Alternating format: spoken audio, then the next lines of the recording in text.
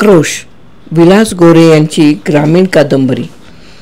प्रकरण 23. प्रियंकाने मोबाईलवर अविनाशला फोन केला. अवि फोनवर म्हणाला, हॅलो. प्रियंका, बोल ना. हॅलो अवि, मला तुला काही सांगायचे आहे. मग सांग ना. काही सांगायचं असेल ते पटकन सांग.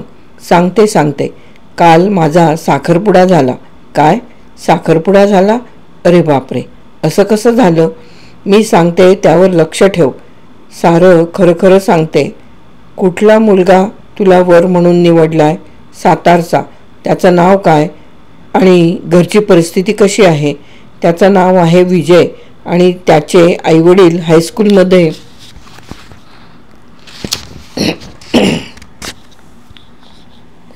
शिक्षक आहेत. आई कुठल्या तरी गर्ल्स हायस्कूलमध्ये शिक्षिका आहे.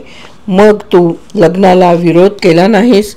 वडिलांसमोर बोलण्याचे मला काही धाडस होत नाही. मी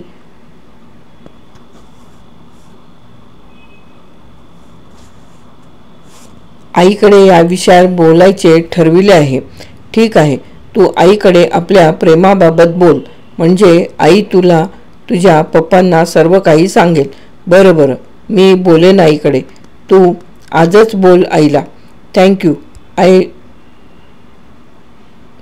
मिस यू असे म्हणून तिने फोन बंद केला. आपण आईला एकांती भेटून सर्व काही सांगितलं पाहिजे या तिच्या मनात विचारचक्र सुरू झाले. ती भावनावश झाली. त्या अवस्थेत प्रियंकाला आईने पाहिले. मुलीची भ्रमिष्ट अवस्था पाहून तिची आई तिला म्हणाली, प्रियंका, तुला काय होतंय? अशी भ्रमिष्ठासारखी का करतेस? आई, मला तुझ्याशी बोलायचं आहे. माझ्या मनातला विचार तुला सांगायचा आहे, नाहीतर मी वेडी होईन. मग सांग ना काय ते. मन मोकळं कर, म्हणजे तुला बरं वाटेल. आईला सांगायची कसली भीती वाटते तुला? आई, मी कोल्हापूरला कॉलेजात होते. त्या काळात कॉलेजात शिक्षण घेत असलेला एक माझ्या वर्गातला तरुण आहे. त्याचे नाव अविनाश. आपल्याच भागातील मलकापूर या गावचा तो तरुण आहे. आमचे परस्परांवर प्रेम आहे. सुरुवातीला एका वर्गात शिक्षण घेत असल्यामुळे मैत्री झाली. सहवास वाढला आणि मैत्रीचे प्रेमात केव्हा रूपांतर झाले ते आम्हालाच कळले नाही. आम्ही परस्परांवर निरामय प्रेम करतो. अंबाबाईच्या मंदिरात आम्ही लग्नाच्या आणाभाका घेतल्या आहेत. तू सुशिक्षित आहेस. आई, जे काय समजायचे ते तुला समजले आहे. आता काय ठरवायचे ते ठरव. प्रियंका, तू काळजी करू नको. या विचाराचं अति टेन्शन घेऊ नको. निर्धास्त राहा. मी त्यांना ही गोष्ट बोलते. त्यांचे मन वळविण्याचा प्रयत्न करते. मग तर झालं. होय आई, असंच कर. बरं, तू निर्धास्त राहा. टेन्शन घेऊ नको असे सांगून तिची आई स्वयंपाकघरात गेली. प्रियंका एक मनोरंजनात्मक कादंबरी वाचत बसली.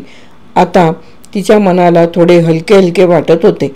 मनातली गोष्ट सांगितल्यामुळे मन हलके झाले होते. ती मोकळ्या मनाने कादंबरी वाचनात मन गुंतवून होती. आता तिच्या मनाला प्रसन्नता लाभली होती. संध्याकाळी 6च्या सुमारास आनंदराव घरी आले. बायकोशी गप्पा करू लागले. त्यांचा चांगला मूड पाहून प्रियंकाची आई बोलली, अहो, मला तुम्हाला काही सांगायचे आहे.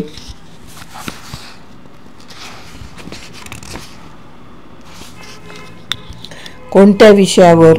प्रियंकाच्या लग्नासंबंधी. मग सांग ना. प्रियंका मला बोलली तेच मी तुम्हाला सांगणार आहे. मग चटकन सांग. प्रियंकाचे एका मुलावर प्रेम आहे. कुठल्या? कॉलेजात तिच्याच वर्गात शिक्षण घेत असलेला अविनाश नावाचा मुलगा आहे. आपल्याच भागातील कराडजवळच्या मलकापूर गावचा आहे. प्रियंकाला अविनाश आवडला आहे. तिचं अविनाशवर प्रेम आहे. परस्परांनी अंबाबाईच्या मंदिरात जाऊन लग्नाच्या आणाभाका घेतल्या आहेत. अंबाबाई मंदिर? अर्थात कोल्हापूरचेच ना? होय. तिच्या मनाविरुद्ध लग्न करून ती सुखी होणार नाही. अगं, पण त्या मुलाची जात गोत पाहिले पाहिजे ना. त्या मुलाच्या जातीबाबत आपण प्रियंकालाच विचारू. मग असं कर, प्रियंकालाच बोलावून घे, म्हणजे त्या मुलाच्या जातीबाबत माहिती मिळेल. बरं, मी बोलावते तिला. ठीक आहे. मग आईने प्रियांकाला हाक दिली तरी ती येईना म्हणून उठून तिच्या खोलीकडे गेली तर ती पुस्तक वाचण्यात रमून गेलेली. आई तिला म्हणाली, प्रियांका, अगं तुला मी हाक दिली, ऐकू आली नाही? आई, मी वाचन करण्यात मग्न झाल्यामुळे तुझी हाक ऐकू आली नाही. अगं प्रियांका, तुझ्या पप्पांना मी ती गोष्ट बोलले तेव्हा त्या मुलाविषयी इतर माहिती जाणून घेण्यासाठी पप्पांनी तुला बोलावणे धाडले आहे. बरं आई, चला पप्पांकडे. असं बोलून प्रियांकानं हातातलं पुस्तक मिटवून ठेवले आणि ती आईबरोबर निघाली. मायलेकी बैठक रूममध्ये आल्या. आनंदरावांनी प्रियांकाकडे वात्सल्यपूर्ण दृष्टिक्षेप टाकला आणि ते प्रेमळपणे बोलले, प्रियांका, आम्हाला त्या मुलाविषयी काही माहिती जाणून घ्यायची आहे. तरी काही माहिती सांग. अविनाश कॉलेजच्या पहिल्या वर्गापासून आजपर्यंत माझ्या वर्गातच आहे. कॉलेजच्या पहिल्या वर्षापासून आमची मैत्री आहे. आमच्या निखळ मैत्रीचे प्रेमात केव्हा रूपांतर झाले तेच आम्हाला कळले नाही. आमचे परस्परांवर निरामय प्रेम आहे. आम्ही अंबाबाईच्या मंदिरात देवीपुढे लग्नाच्या अणाभाका घेतल्या आहेत. प्रियांका, तुमची एवढीच मैत्री आहे का तुम्ही आणखी पुढे गेलात? आनंदराव क्रोधित होऊन म्हणाले.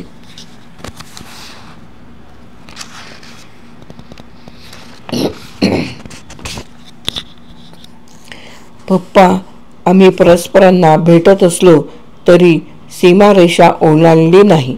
आपणाला समाजात खाली मान घालावी लागेल असं कुठलंही कृत्य आम्ही केलेलं नाही आणि करणारही नाही. आपल्या मुलीवर विश्वास आहे ना?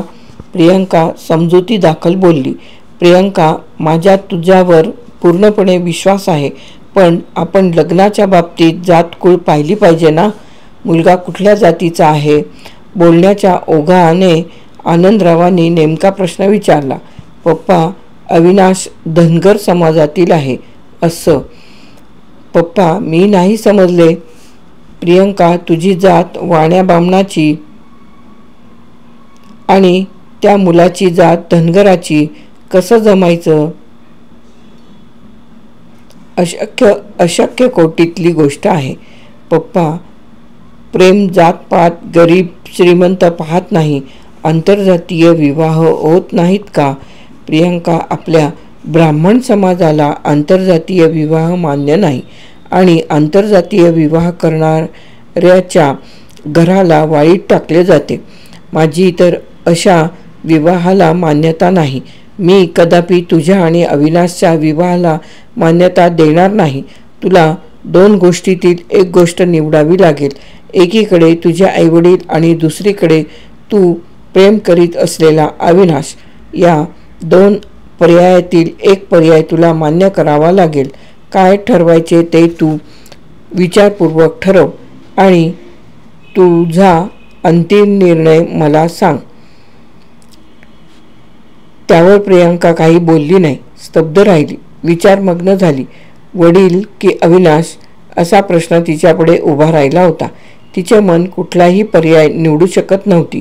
तिच्या मनावर मोठे टेन्शन आले होते.